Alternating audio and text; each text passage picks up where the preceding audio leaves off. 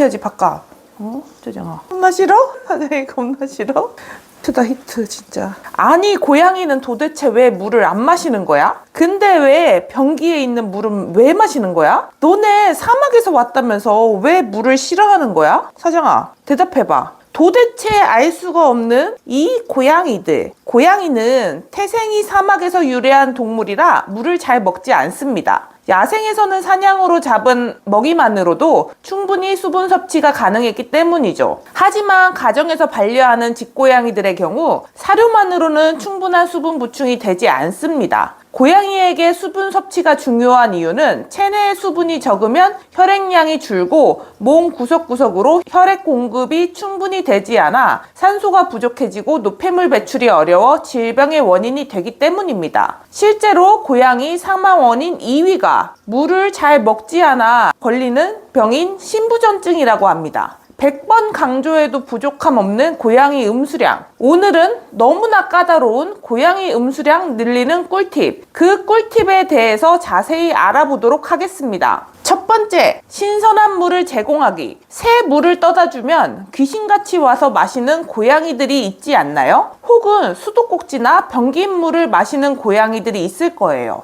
저희 집에는 회장이가 그렇게 새 물을 좋아하는데요. 그러한 행동에는 이유가 있다고 합니다. 고양이는 물이 신선하고 깨끗해야만 마셔요. 오래된 물이나 먼지가 쌓인 물은 본능적으로 피하려 하기 때문에 물그릇에 물을 매일 자주 바꿔주는 게 중요해요. 고양이가 물그릇을 사용할 때마다 수시로 확인하고 물을 갈아주거나 물을 보충해주세요. 또한 물이 너무 뜨겁거나 차가워도 고양이가 꺼릴 수 있어요. 적정한 온도의 신선한 물을 제공하는 것이 음수량을 늘리는 데 도움이 될 거예요. 물그릇을 여러 개 배치하기. 저희 집도 물그릇을 여러 군데 배치해 두는데요. 거실이나 주방, 저희 방 같은 곳에 물그릇을 배치해 놓고 있습니다. 고양이는 물그릇이 눈에 잘 보이거나 쉽게 접근할 수 있는 곳에 두면 물을 더 자주 마시게 됩니다. 집안 곳곳에 물그릇을 두어 고양이가 어디든지 편리하게 물을 마실 수 있도록 해주세요. 고양이의 생활 반경에 따라 거실, 주방, 침실 등 자주 다니는 곳에 물그릇을 놓는 것이 음수량을 늘리는 데 효과적이에요. 하지만 사료 옆에는 두지 말아주세요. 사료 옆에 물그릇이 있으면 고양이는 사료 옆에 있는 물을 지저분한 물이라고 인식합니다. 세 번째, 고양이가 좋아하는 물그릇 찾기. 사장아, 어떤 물그릇 좋아해?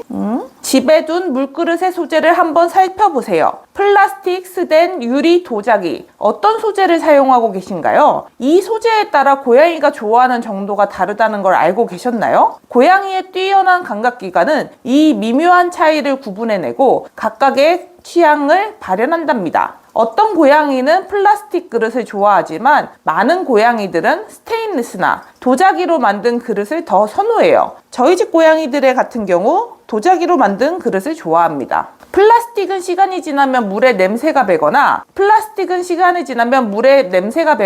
미세한 기스가 생겨 고양이가 싫어할 수 있어요. 반면 스테인리스나 도자기 그릇은 그런 문제 없이 위생적이죠. 고양이마다 취향이 다 다르니 여러 가지 그릇을 시도해보면서 고양이가 좋아하는 걸 찾아보세요. 네 번째, 흐르는 물 제공하기. 고양이는 흐르는 물을 좋아해요. 그래서 흐르는 물을 제공하는 분수나 정수기를 사용하면 음수량을 늘리는 데 큰 도움이 된답니다. 고양이 정수기는 물을 계속 순환시켜줘 고양이들이 신선하다고 느끼게 만들어요. 또한 흐르는 물은 고양이의 본능을 자극합니다. 사막에서 유래한 고양이는 자연스럽게 흐르는 물이 용존 산소량이 많다고 생각하기 때문에 본능적으로 흐르는 물을 선호할 가능성이 높습니다. 그렇기 때문에 고양이 정수기를 추천하는데요. 제가 사용하고 있는 시리얼팩 고양이 정수기는 세라믹 소재로 만들어 있어 아이들이 안전하게 음수량을 채울 수 있습니다. 다섯 번째, 습식 사료와 함께 물 섞기. 제가 애용하는 방법입니다.